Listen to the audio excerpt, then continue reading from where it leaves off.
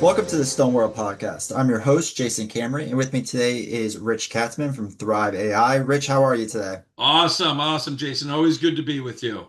I know, I'm excited. I get excited every time we talk about AI, man, because this stuff is just fantastic and amazing. But before we do, if you don't mind, just talk a little bit about yourself and Thrive, because you've been on here a lot, and I assume most people would know you by now, but just in case. Oh, I appreciate that. Right. So, been in the industry a dozen years. I ran laser products for years and years. That was really how I learned about the industry. From there, did a little bit of commercial install projects, cut to size stuff. And for the last 4+ years, I've run the Rockheads group. And for anybody who doesn't know about the Rockheads, 120 of the largest shops, offering best practices, benchmarking. So really taught me the pain points of shops, right? That's all we did was talk about how they could get better. And so Mm. from there, last December, after loading all of that into my simple brain, I started a company called Thryve, which provides AI solutions just for stone shops, right? So it was a logical kind of next step for me. And what I'd love to announce here, kind of this is hot off the press, right? Hmm. So since December, we've been working on this. Our first product is officially released today. So breaking news. It's called Thrive IQ, and essentially what it does is it looks at a stone shop or even a distributor, looks at all of their data sources, CRM, ERP. For shops, it's where slab smiths, where your slabs are, employee information, accounting, QuickBooks, and basically takes all of that data, throws it into what we're calling a data lake, and now allows users within the company to query anything they want. So financial questions, strategic questions, you name it, reworks, utilization, you name it now. All of that is a prompt away for that type of strategic information. So we're really excited about the benefits that that's going to provide to the shops. And selfishly, creating that data lake for these companies allows us to much more easily integrate all of the other products we have coming down the pike. Now, one thing with that I want to ask, because I know the first thing fabricators will think is, oh my God, do I have to implement all this other stuff into my, processes? How tough is this going to be, Rich? How long is it going to take? What would you say to those people? Yeah, no, again, and that's been a big part of what's taken us 5 months to get this product out is how to optimize that side of it. So right now when we sign up a new shop, I mean it's so hands off. I just did a kickoff yesterday.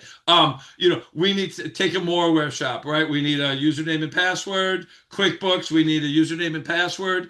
I need a shared folder where they've got spreadsheets of good information.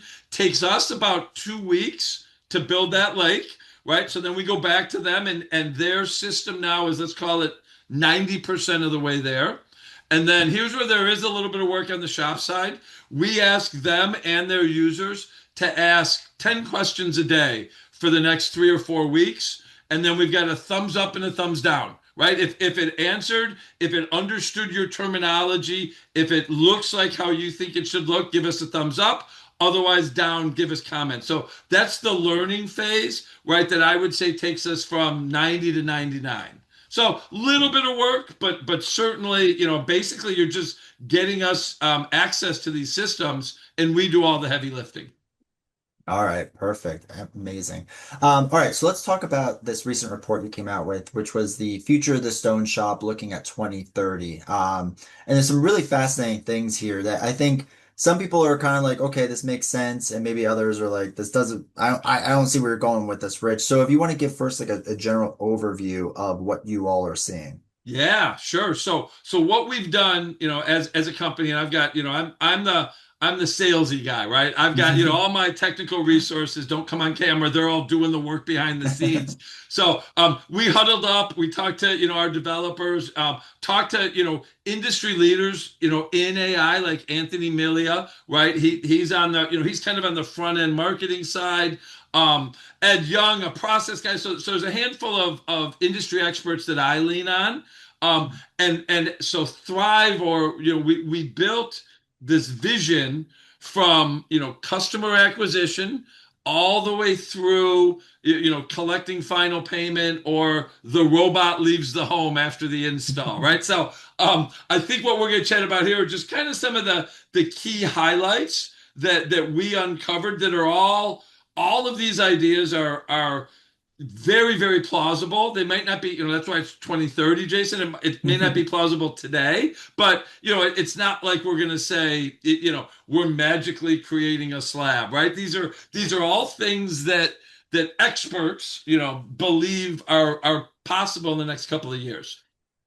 All right, perfect. So let's start kind of from the beginning of the whole process, right? How does AI kind of influence, I guess, really the buying and selection process of getting a piece of stone? Sure, sure. So what was really cool to me, and I had never thought about it, so this was something I learned, is what's coming for individuals, all individuals that are engaged with AI, is you're going to have a personal agent, right? Mhm. And that agent, Jason, knows, do you always go high end? Are you a kind of a middle of the road guy? What is your design taste? Are you modern? Are you true? This agent is going to be like attached to you. So when you're out there doing your normal Google searches or whatever you're doing, it's just learning more about you. Right. Mhm. And so when you decide you wake up one day and say, damn it, I'm tired of these laminate countertops, it's time.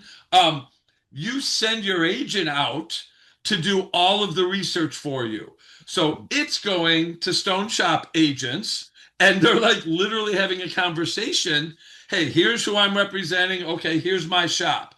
And they're going back and forth. And that agent then is discovering for you either the best shop that matches or, a handful of shop that it believes, you should be working with. And what that does from the shop's perspective is the shops that aren't engaging that way will never show up on your radar, right? So it's not like SEO now where you can, you have meta text and you can do Google, you're gone because agents want to have a conversation with another agent, not just find static information on the website. So I think that's the first, I don't want to call it a warning, but the first kind of, hey, this is coming. So start thinking about, AI enabling your own website and all of your information online.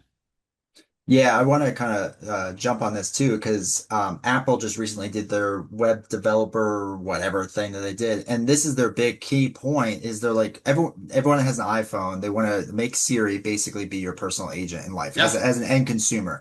This is what they're pushing. Make your life easier. Siri's gonna take everything. So when I first read this, I was like, man, that's kind of crazy. And I was like, oh wait, no, Apple's already talking about this. Android's gonna be talking about this. Windows is gonna be talking like they're all gonna be talking about this because they were going to sell it as your life just got easier. And Yeah. now you're 100% right. Agents are going to be talking to agents. And I think it's going to be really kind of crazy in the next few years with that. Uh, Wild Wild West, right? Yeah. And Yeah. today, right? So just to kind of get people up to today, right? Today, what's happening out there is, all of the geo tracking, right? So from a leads perspective, our shops that are, I would call them cutting edge now, right? Are following you, following your phone, and when you go to the list of 20 competitors that they've identified in their service territory, or you go to a Depot or a Lowe's, it knows that.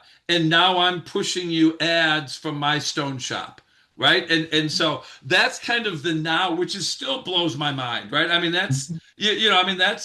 think about 2, 3 years ago, we weren't even thinking about stuff like that. Now we're tracking, if you got your phone with you, I know exactly what you're doing. Yep. Yep. 100%. All right. So the next big thing is kind of what you mentioned with quotes. So we're getting to the quote section of things. And this to me is like one of the biggest time saves, I feel like that could help shops so much. So talk a little bit about the quoting process then. Yeah, so once your agent said, "Hey, ABC Granite is the one for you," right? So Mhm. now there does need to be a little bit of human interaction, and what will happen next is you will simply take pictures of your kitchen, of your laundry room, of your vanities, of your fireplace, whatever you're thinking about, you're taking pictures, and an automated system now can immediately calculate the pertinent information to give you a quote. right? So it knows you've got 24-inch deep cabinets, right? So it knows your square footage, it knows your linear footage, it knows you've got a sink there and a bar sink there, and so it will instantly know how many square feet, and it will also look at your job and say, there's an opportunity for a waterfall here. Or what if we did that? So it's thinking about all of that stuff, and then it's having a conversation with you about what type of look do you want, right? And hey, do you like this? Do you like that? And so the system is selling you now. And every time you say, yeah, I love the Calcutta look. Let's do a nice white quartz, and I want a little brown in it. It's placing that look, right in your kitchen pictures, right? So everything is personalized to you online. Phone, computer, I personally would do it on a big monitor, right? You could put it on the TV in front of the family room, right? And so the beauty behind that is the shops then are showing you what they want you to see, right? Whether it's they have an overabundance of inventory, or it's a high margin item, or it's something that you can't cross shop because it's a private label. Whatever reason, the shop is pushing you now towards what it wants to sell.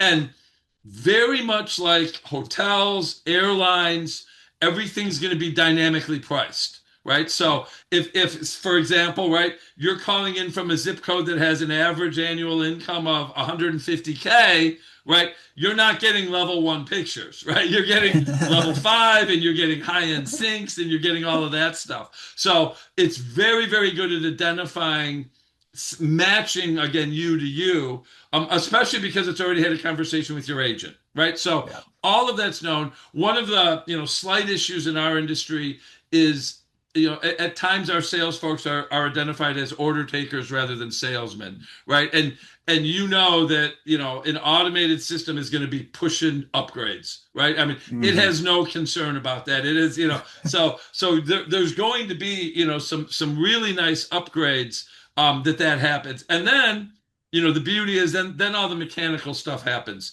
Deposit collected automatically, right? No worries there. It will tap into the schedule, right? And look at, it's going to have a conversation. When do you want it? Hey, okay, if you do this by this time, we can meet that. So all in one half-hour transaction, right?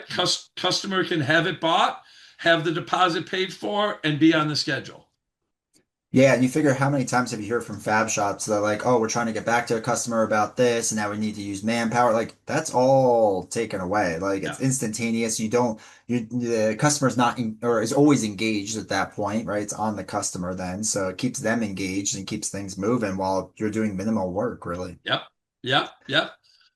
Yeah, and one of the things I'll point out too, because I know a lot of fabricators will be like, "Oh, this sounds so far-fetched." And I remember doing this a few years back, and I did it recently. I mean, you could take a picture of your own room, take a picture online of like a chair or something that you really want, and it can merge those photos, and it looks pretty darn good at this Yeah. point. And that's what the future is. And it's here, right? It's Yeah. so the only thing that's missing is kind of behind the scenes. Let's get that quote out and get to and that's easy stuff too. So yeah, when we talk about kind of your personal agent talking to a shop's agent, that's a few years out.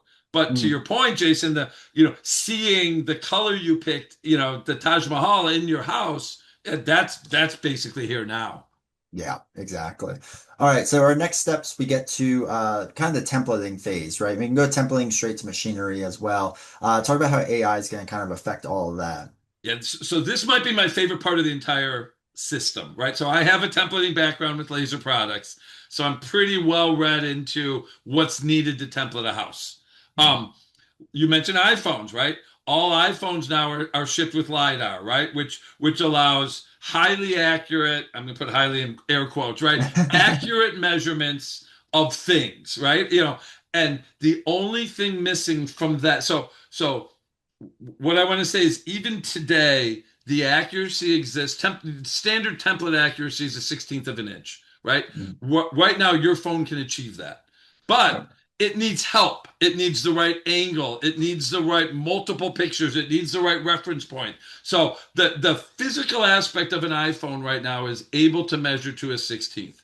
What's missing is the AI technology that walks you through that as a customer, right? So I'm in. I just put down my deposit.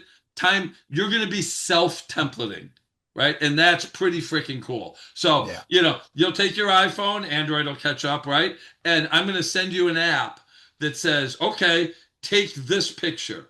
And the new technology will immediately check that and say, "Good, got it. That's all I need." Now take this picture. So essentially, your app is going to walk the customer through the template, and they're going to be Mhm. done. So think about the impact that has, on the shop, right? No templater salary, right? No Yep. truck, no insurance, no $25,000 laser. You know, all of those costs essentially go away, and Mhm. and then workflow becomes so much easier, right? I mean, many shops now it's I can't schedule your install until template's done. Well, template just got done 15 minutes after the customer gave the deposit, right? So Yeah. that is my favorite, and that is coming. There's um some of this is theoretical, right? Like robots lifting countertops into your house, but the ability to use your phone to template is absolutely coming. That's crazy. Do you think there'll be kind of like a learning curve issue with the initial customer process? Because like when you think of a lot of people with iPhones, like I guess AI would just guide them through it Yeah. pretty well, right? Yeah. Yeah. That Yeah. that's the new added benefit that we haven't had to be able to do it in the past. And Hmm. and again, I get excited about this stuff. I would say probably for the first implementation, first year, maybe 80% of the time, right? You could use this app, and there still may be some complexities where they will Right. have to send a template out. But for bigger shops that had 4 or 5 templaters, now maybe that number's reduced and those guys get repurposed to do something else. Yeah. Yeah. All right. Awesome. All right. So let's talk a bit about when it actually comes to cutting the fabrication or cutting Yep. the countertop, right? So what is AI going to do to help that process along? Sure, sure. So workflow improvement without human interaction, right? So kitchen's templated, everything looks good, immediately to the most efficient slab layout that you could have, right? So a system's gonna look for remnants, look if it can batch it with another job, basically take that kitchen layout and put it on a slab the most efficient way. Then from there, it's going to look at, again, if you're a bigger shop, maybe you've got a robot, you've got a saw jet, you've got, a couple of different CNC options. Maybe you've got an edging machine or a miter machine, whatever you have in your shop. At this point now, the system's going to say, all right, for this type of kitchen that is asking for this, I'm going to first send it here, then here, then here. Or it's going to say, oh, I'm over capacity on my Titan. I'm going to send it here instead. So from there, we're going to optimize how that flows through the shop. And that's really cool too, right? So the machines are feeding data in, raising their hand, saying, "Hey, I'm going to be done in 2 hours," right? And then the machine, and then the data is going to flow right to them directly from the template for them to cut it. So within the shop, right? Our cranes and stuff aren't going to go away because I mean, robots are only so strong, right? At this point, right? But robots are absolutely. I don't know, Jason, if you saw the 60 Minutes thing on, I think it was Hyundai last weekend. They've thrown a bunch of bipedal, human-looking robots into Hyundai plants, Okay. and and they're testing how smart they are and how good they are, and it's here. I mean, there's all these robots walking around, picking things up, moving car parts around, all of that stuff. Similar things are going to happen in our shop. They're not going to again be able to like lift a slab Mhm. up, but with cranes, right? Absolutely, they're going to be able to move it from one workstation to another. And Yep. so there will absolutely will be robots, right? And we still, as we all know, we're dealing with a little silicosis issue right now, and I don't mean to, it's a very serious issue, right? Serious. Yeah. There's hot spots in shops, right? There's still hand fab going on, even wet, where again, dust can get into people if they're not holding it the right way, if they're not doing things like that. Absolutely, robots should be able to take that dangerous part off the plate of humans also. So Mm. I absolutely see that coming. And then one thing that's already out there that we'll start using is cameras, smart cameras above everything. Yeah. So the cameras will be able to track every part, every piece. It's going to measure this took this long from here to here. Oh, next time we need to improve that, or I need to do something different. So the entire floor, from a pieces perspective, will be watched by smart cameras that are not only constantly making improvements, but also looking for reworks, potential Mhm. reworks. Am I missing a piece? That type of thing. So that again isn't that far fetched. When putting this together, we were thinking, should it be a shop of 2035 or a shop of 2030? This stuff's close.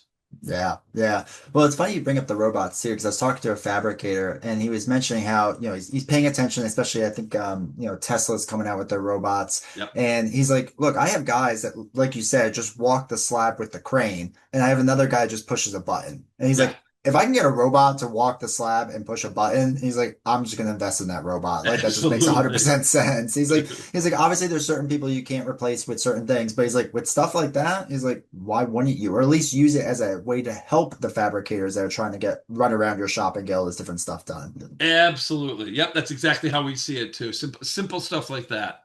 Yeah. All right. And then you mentioned a little bit with reworks and maintenance and whatnot. What's AI going to do to help there?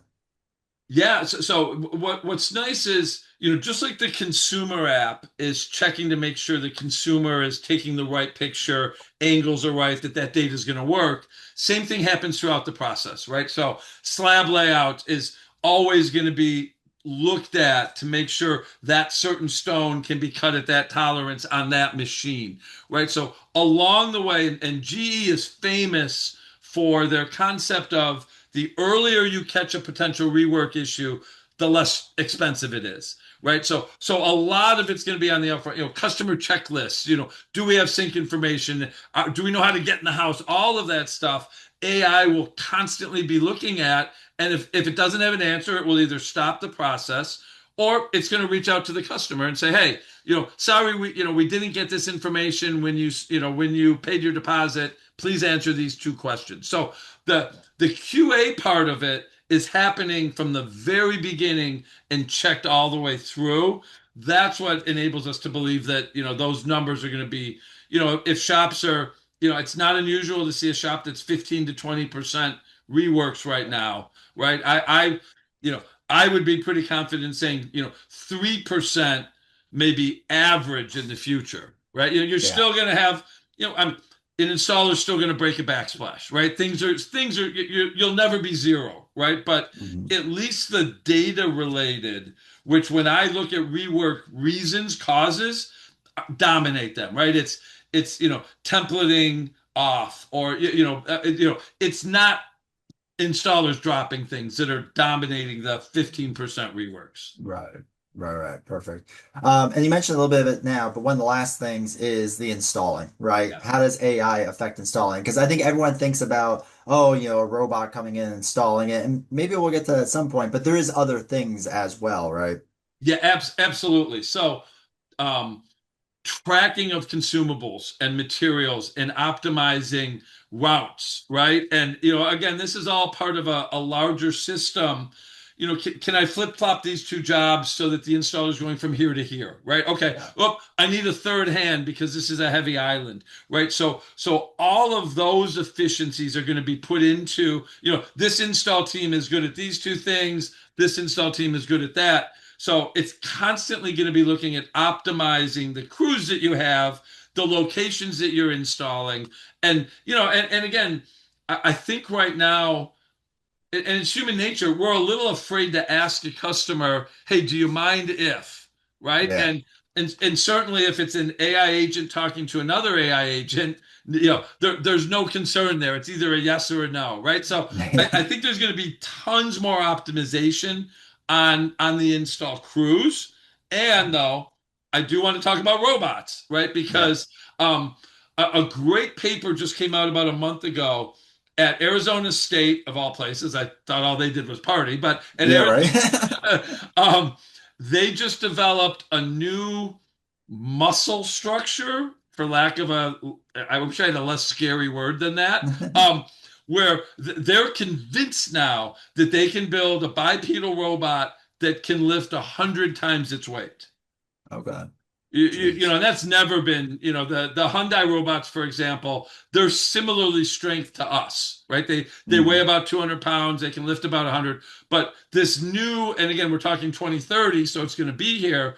So the ability of a robot or two to carry in the kitchen, the island top, all of that good stuff is absolutely plausible. So I do Mm. think there is going to be some robot assistance Yeah. in the trucks.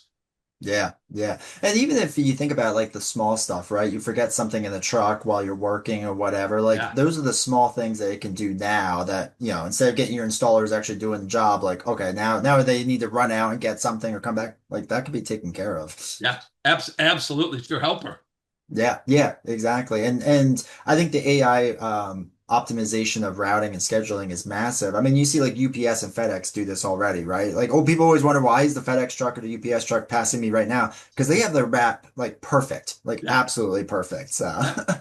That's it. Yep, they are. They're ready. We're learning. all right, so I guess the last thing is, or one of the last things is you have a lot of fabricators that we've just thrown a lot of information at, and they're like, Rich, this is a ton of information. I don't know where to start. I don't know what to do. What would you say to those people? Let's say they have basic AI knowledge, right? They ask ChatGPT to rewrite an email, and that's about it. Yep. What should they start doing now to kind of implement or at least get their mindset in the right spot for AI in the future? Love it. Great question. So A number one, whichever is your preferred system, right? If it's cloud, if it's chat, doesn't matter. You've got to get the business account because Hmm. that secures your data. So Yeah. if your employees are using just their personal account and ask, here's our P&L or here's my price list. What can I fix? That will get out into the general public. So Mhm. make sure they're using a business account. And then the flip side of that is start running competitive analysis because chat's going to find things like price lists that are out there. Lots of times quotes are out there from your competitors, and now you can learn about their pricing models. So protect yourself, but do a competitive analysis, to kind of get going. There is and Jason, I forget the name of it. Shoot, I'm sorry. There is a website that offers a ton of free AI training, and I've Mhm. been through probably three of the courses and absolutely love them.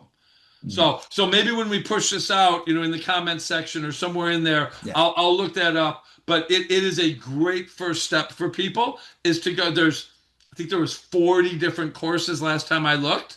Go out there and Mhm. take a 30-minute course sitting at your desk, right? Because there's Mhm. some really, really good information in there. I'd say those are the big things is and kind of implied, but let me say it, you need an AI policy too. And Yeah. because again, kind of that employee who's going a little rogue doesn't think he's doing anything wrong, but now all of a sudden all his quotes are out there for the competition, right? And I've got one that we vetted through a bunch of shops that looks good. I can send that out to people, but frankly, all I did was ask ChatGPT to make it for me. So someone can do that on their own too. Um, Yeah. so that's the big thing. And then one last thing that's a little bit more minor but important. Um, People get frustrated when they're asking chat to do things for them. They may not get the answer they expect. There's a lot of methodologies out there that show you how to write a prompt that's going to get you the answer you want. And so I would look them up. We use a methodology called crafts. Each of the CRAFTS means something. And literally what I have is a spreadsheet where I fill in each of those letters and then it combines it into my prompt. I just copy and paste that prompt. And I'm not exaggerating. If it would take me 7 iterations to do something in the past.